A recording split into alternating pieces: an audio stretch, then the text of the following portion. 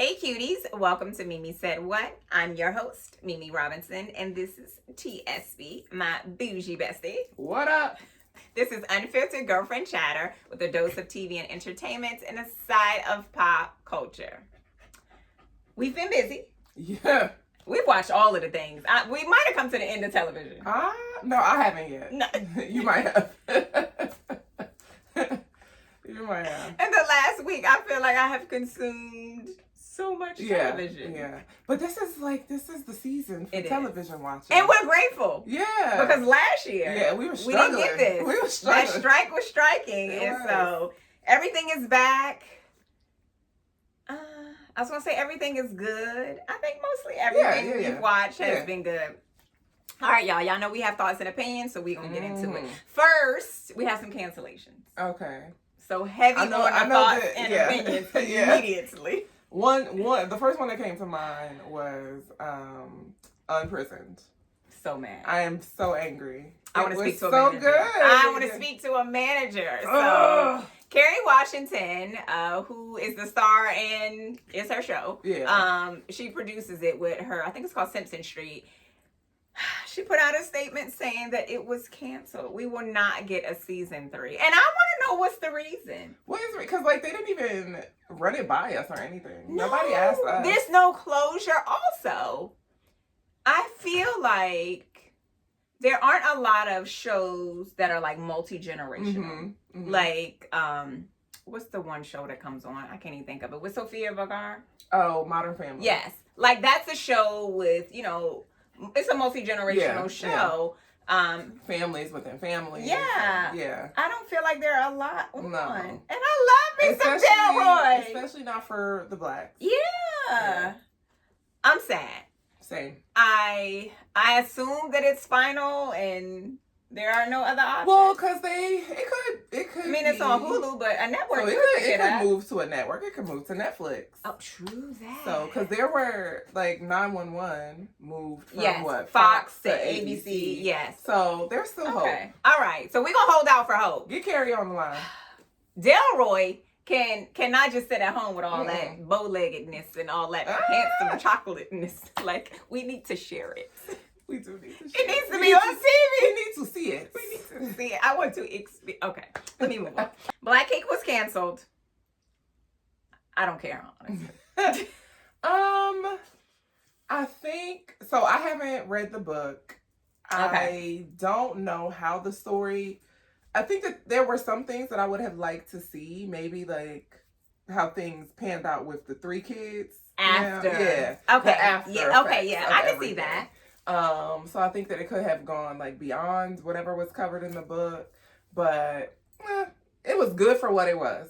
I agree. It was really good. I enjoyed it immensely. I read the book. I told you the book was even better. Okay. But so I don't know how these things work because generally I assumed that it was a limited series and that there was no expectation of more. And then once I read the book and the story ends, I kind of felt like that was validation that they completed the story. So any additional storytelling would be made up. Yeah. I don't know if the author allows for those kind of liberties or do you have to pay the author to continue? I don't know how that part would work. That's interesting. But as far as the story they gave us was incredibly done. Yeah, it was really, really well done. I was definitely sucked in. But along with the book, there was nothing I was else. definitely sucked in. I still had questions. I was set. I want to know what's going to happen. I wanted to know more about the new sister that they didn't know about, her baby daddy. Yeah. Because the son didn't know who he was or anything.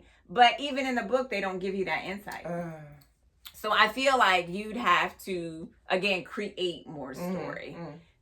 So, I mean, I'll watch it back on Hulu. Yeah, I never thought that there was going to be a second. No, because it's still, or a follow-up. Even though we had questions, it still felt like they wrapped the story up. Yeah. So I didn't leave feeling like, well, girl, what happened? What happened?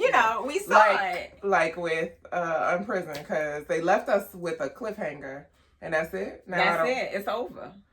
Now I got to make up my own damn story in my head. No. That's rude. Come on. Even if you got to call me on the phone. Tell me what happens next. Tell me what you were thinking for the next season. Send me the script. If you had I can read it. Thank you. That's what I do. Make it a book. I will say, when it comes to shows like that, that's the one thing I hate, is that we don't get closure in a story. I need the closure. And there's so many shows that just get canceled. Carrie has already written one book. Just finish it out with a book. We'll read it. I'll read it. All right, moving on. Bridgerton season 4. I'm ready. Do we have a date? We don't have a date, but they're officially in production. Yes. So this new season is going to focus on Benedict. Yeah. And his love interest. So her TV name, or her character name, I should say, is Sophie. Yes. She's Asian. Mm-hmm. Because one thing they gonna do is be diverse. They are. And I love that. So it says that they're determined and captivating, a victim of tragic circumstances. We'll see. Okay. How they take the first steps of their Bridgerton journey and the enchanting photos. So there was like a whole photo shoot that they had that, you know how they always do. Oh, okay, yeah. They get us ready. But you know what? About every time they do these photos, it makes me feel like they're couples in real life.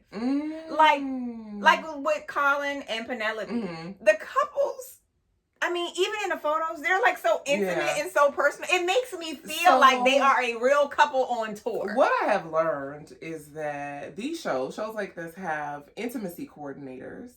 And they have to like spend time together so that they do form a bond. And I think that that's a lot of the reason why it's so good. Some of these people who play like opposite each other, like they're in relationships in movies or on TV, actually do end up in relationships later on, because you have to be able to sell it.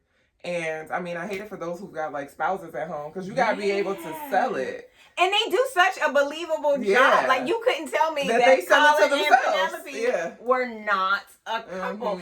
And because they had that level of comfort and closeness, even in their interviews, you might see them touch each other's hand, which they would do in the show. But that is weird if you do have a partner in real life. Yeah. Girl, why you keep touching my man's hand? People are always saying about Kerry Washington and Tony, what's his name? I can't think of it. Whatever. Good something. Yeah. They're like, their respective spouses are saints, because they are always even, like, Scandal went off the air years ago, and they are still... Every year for his birthday, he gets a dedicated birthday post. Yeah, and, like, so it was like something they were at the DNC together. Something about husband something, and she posted it. Girl, you got a whole ass. A fine husband. A black man. A black man was a football player. Some kids. They got 2 kids. And he got a whole wife. And she got a bonus baby. I think he. But I imagine that their spouses are like, it's just them being foolish. Yeah. Like, yeah. I'm sure they're good friends. But that's a thick skin. Like, they can't read the comments. Yeah. Because when they were on. Or like watch the show when they're like in sex scenes and stuff like that. Although I feel like, what's her name? Kelly Rowland. She was talking about her role in that Tyler Perry movie. What was it called? Oh yes, with that fine ass man. Last name Rhodes. Travante. There we go. So she was saying how her husband was like encouraging her, like, make it believable. Like, but I've heard other people say that. Yeah. Like, if you gonna do your job, do it. Commit to it. Bring Throw on that this check, okay? Throw that ass in the circle. And but I imagine that it's weird, because not only do you have like intimacy coordinators, you got the director, you got the there's people. It's not an intimate This is not an intimate thing. No. Like, and you got it's like okay, lift your leg up a little bit. Okay, arch your back a little more. And then pieces are covered up. This is not like you may be kissing for real. Yeah. But other than that, also I hate fake movie kisses where they're not like actually kissing. They're just like mashing their lips together. Okay, so I don't like to watch people kiss on TV. It grosses me out. It's okay. When it's too much tongue, I'm like, but why are we licking all out here? That's gross. Whenever I see people, reality show or scripted, I'm always like, are we done here? Like, I become a small child. That's like, funny. I don't mind. Like, Nori does that to me in real. I kissed him this morning. We were leaving, and she was like, ah. And I was like, gag. So what I always used to tell the kids were, y'all should be worried when we aren't kissing. Yeah. Then you're in danger. Yeah. Then you're in danger.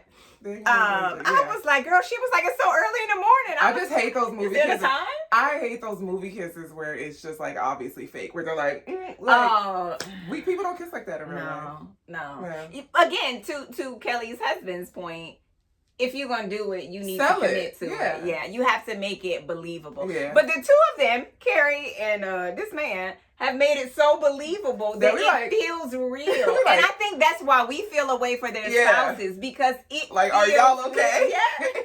Because this feels real to us. Also because so many of us were invested in for sure. Fitz and Olivia. Yeah. We were very invested. We were. And so we are here for I feel like we need to have a conversation with her TV dad, because Mr. Morton, all that advice you gave her, and look where they are. She take none of it. She take none of that goddamn advice. And the other point you made was the show went off so long ago.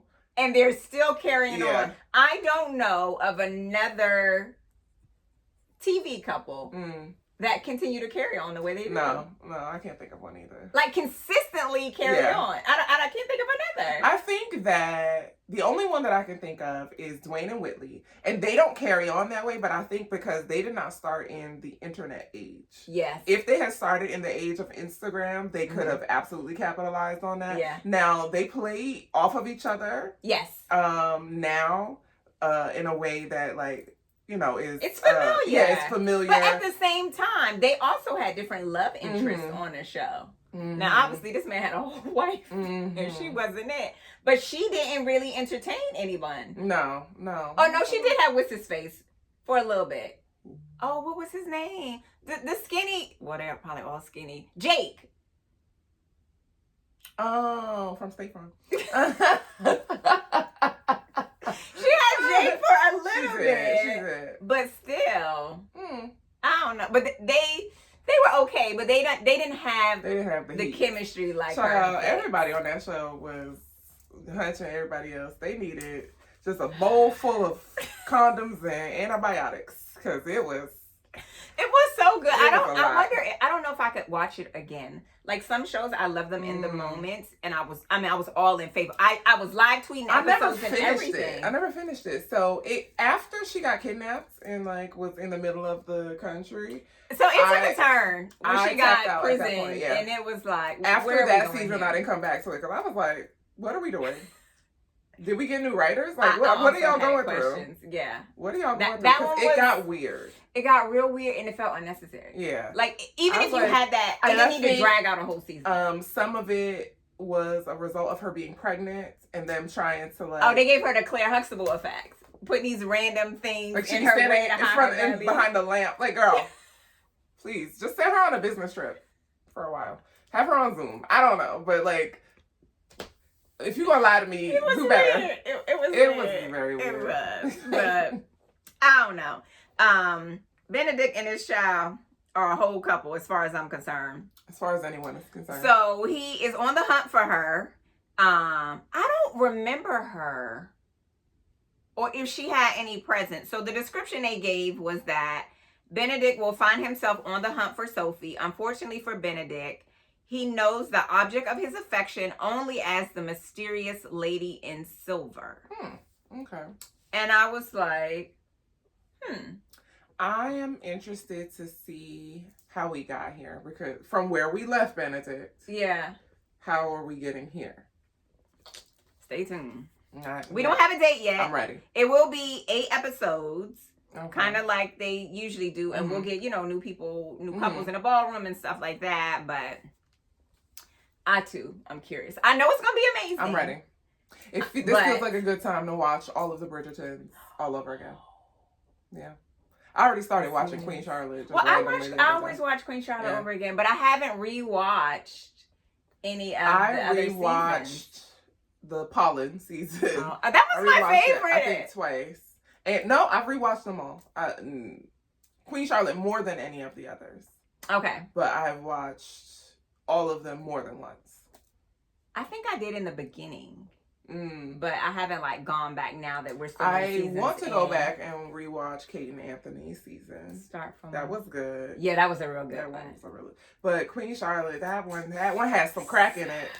That one has some crack in it. Queen Charlotte is by far the best. 100%. Still. Yeah. So, of the entire thing. I don't know what they're gonna do to top that one because I don't know. So good. But I wish they would give us a Lady Danbury another equivalent. Offshoot. Yeah. Because there's so much to her story, and we got some more like background on her. So I want more. Give me more. Put a fine ass brother in it. Tell us please. More. Put Aaron Pierre in it. Oh, he ain't got nothing to do with it. Oh, but the internet did ask for him. Listen, they say he can replace the dude. Imagine. Please. All right, well, we're going to get our Royal Romantical whenever Bridgerton season 4 comes out. T and I got grown. We put on our adult clothes on a weekday. Hard pants. Left outside of our homes on a school night. We went up on a Tuesday. On a Tuesday. Without our children in tow. Imagine. We went to an advanced screening of Piece by Piece, which we talked about 2 episodes ago now on a podcast. It's Pharrell Williams. Is there B word? What? Oh, biopic. I had to think real hard to not say biopic. Biopic. Pharrell's biopic, Piece by Piece, which is a Lego movie. Concerns were, how are we going to tell this man's story in Lego form and not miss the story? Yeah. What did you think? I thought that it was really good. I also want to see it again and take my kids because I think that they would enjoy it. Not only because I think that they would enjoy it, but I liked the story of how like he was kind of different and just like, you know, he worked at this and then he had some highs, he had some lows. I think that it was sort of an inspirational story. Yeah. Especially for creative minds. Oh yeah. This is definitely a must-see for creatives because you can always relate to the highs and lows of your creativity. You're not always on. You have times where you're off. Definitely the piece about not fitting into, you know, a lot of the other boxes. You're not the athlete. You're not into this. Like, you're a lot of things. I am someone who is a lot of things. And it doesn't help that I'm the youngest child. I am a rebel with and without a cause.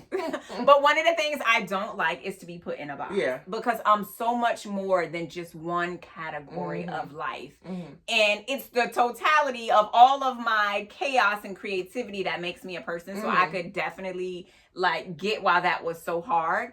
I think our kids are a little more fortunate in that the kids of their generation are more open to people who are different and they have a lot more creative career paths. We didn't really have that. Like, you do this, you go to college, you go to the military, and that was like your path. Whereas now, you know, you could be on the internet, you could be doing gaming, you can do all kinds of stuff and live very well, better than me. Right. You know, so you have a lot of options. I enjoyed it immensely. Yeah. I enjoyed the movie. There was not any confusion for me in between the visuals and the storytelling. No. I will say, Lego did an incredible job with translating the story in Lego form. Yeah. There were some things that I don't even know how they did. Like, so Pharrell is from Virginia Beach. The way they make the waves in the water or make the water brush up against the sand in Legos, I was like, did y'all get this man a raise?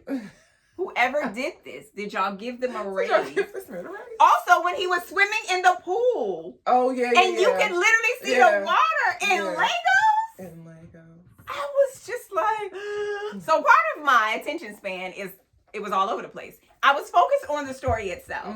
But I was also like, oh, so did they make it do this, and this, and that's how they got here? Like the engineering part of how they put this together also had my wheels spinning. I don't know that I was paying that much attention. The water is always gonna catch my eye because much like Pharrell, I love the water. Like the water. I don't know. I just thought that it was like just generally cool. I was like, this is really dope. It is. It's really dope. And I like how, because our first question going into it was, why Legos? Wow. And so I love that they literally opened it up with an answer to that question because they must have been like, why Legos? Yeah. And you could, the director was like, okay. Yeah. And I feel like it makes a little, well, not that it makes sense or doesn't make sense, but as he's telling his story and how his creativity works, by the end of the movie, you're like, this makes sense. Yeah. This is very him. It makes it, but he essentially said that he's like awkward in a way. Like he didn't want to be sitting there like in front of a camera. So this makes it less awkward for him. And when they did the little introduction in the beginning before the movie started, he was awkward as hell. I was like, oh. Yeah. Cringe. It came across as someone who is like not media trained. Yeah. Like, and it was his natural awkwardness. You could definitely see it. So I understood that. So the actual movie itself is 100% Legos. There are no people in this movie. No human people. No. It ain't somebody like playing with Legos and telling a story. It's 100% the people Legos. are Legos. Everybody is a Lego. Everyone. Including the baby. Yes. the baby was a Lego too. The soundtrack was incredible. The crew. Oh yeah, the homeboys. Lego. Yeah. No, I mean like the camera crew. Oh yes. Yeah, they're like Lego. Literally every single thing is a Lego. Everything. Their commitment was unmatched. Yeah. I felt like they even went harder in the paint on using Legos for his stories than they actually do in Lego movies. Well, there are people in the Lego movie. Well, at least the first Lego movie. Will Pharrell was in it. Oh yes, yeah. But also, I feel like with a Lego movie, it's easy to build like a fake city and build with Legos. Yeah. Whereas with this, you had to create these things in a likeness based on his story. So he's from Virginia Beach, and so everybody knows the big ass Neptune on the boardwalk. So to see that, to see how they recreated the boardwalk when you know exactly what that should look like versus a village that's made up that doesn't really look like, it can look like his whatever. Apartment complex. Yes. Like it was dope. It was dope. The skateboarding. Yeah. Okay, the cups are too big, but I know that's the Lego way, and that shit was funny. The cups and the chairs. Yes. Like, why y'all gotta jump up 1.5 feet to get into a chair? It's wild. Yes, but it was incredibly done. If you are a creative, you should see it. If your children are creatives, it is kid friendly for sure. Yeah, it is. Even like in the soundtrack, they play the edited version of the songs. Yeah. For me, as a woman who is about to be 45 in a couple of days, It's more than a couple of days. It is. It probably is. Not probably. It's literally the 4th of October. Yeah. Okay. So yes. Okay. A couple weeks. A couple of weeks. Yes. I was around for the start of his career. And so to hear these songs, some of which I forgot about, some songs that I didn't even know he did. Yeah. I was like, yo, like I was like in my seat, like dancing and bobbing my head and rapping along to the songs because it takes you back, to when you first heard him. And I was like, damn, Pharrell catalog is crazy. It's crazy. It's extensive. It crosses demographics, genres, like everything. And so if you are someone of a particular age and you recall those times and were listening to the music, you were like, oh, that used to be my jam. Yeah. So that part was really dope. And then listening to the stories of his Hollywood friends or whatever, like just hear their thoughts and how they decided to work with him and how some of them was like, he crazy as hell, but this beat is fire, like, and taking a chance on him. He started when he was a kid. And I didn't know. There was one part, I'm not going to spoil it for you, that I absolutely loved in the movie that shocked the shit out of me was the Teddy Riley part. Because I just did not know. Was not know. But I knew the connection and Virginia Beach and all of that. And I was like, well, y'all done put me on to some shit. Now I feel like I need to when I come out the theater, I needed to go down another rabbit hole to unpack this story that they shared because I didn't know. You should go see it. It's a family affair of all ages. He talked about his grandma in there, like even bring grandma. Everyone can enjoy this movie. And while I don't recommend that you bring your small children, they would at least be entertained by the visual. They're not going to get the story, but because it's Legos, they're likely to sit still, through it. But it's a worthy watch. It comes out on October 11th in theaters. Yes. So go see it. Go support it. You won't be disappointed. Even if you aren't a Pharrell fan, you don't have to be a Pharrell fan to enjoy. You might find that you actually are if you hear some of those songs. Once you realize he did the beats for a lot of songs. Yeah, maybe I am a Pharrell fan. Maybe I didn't know. Yeah. I didn't even know this man. Surprise. So yes, go see it and then come back and report back. Yes. Because we want to know your thoughts and or opinions. Yes. All right. This episode is sponsored by Oshi Bougie. You can grab your merch at oshibougie.com and follow on social at shop Oshi Bougie. Thanks for tuning in to another episode of Mimi Said What. Like, subscribe, y'all know, turn your post notifications on. All of those things. Follow us on Instagram at Me Said What, and you can follow me at Mimi Cute Lips everywhere on social. You can follow my bougie bestie at The Style Medic everywhere on social. Until next time, cuties.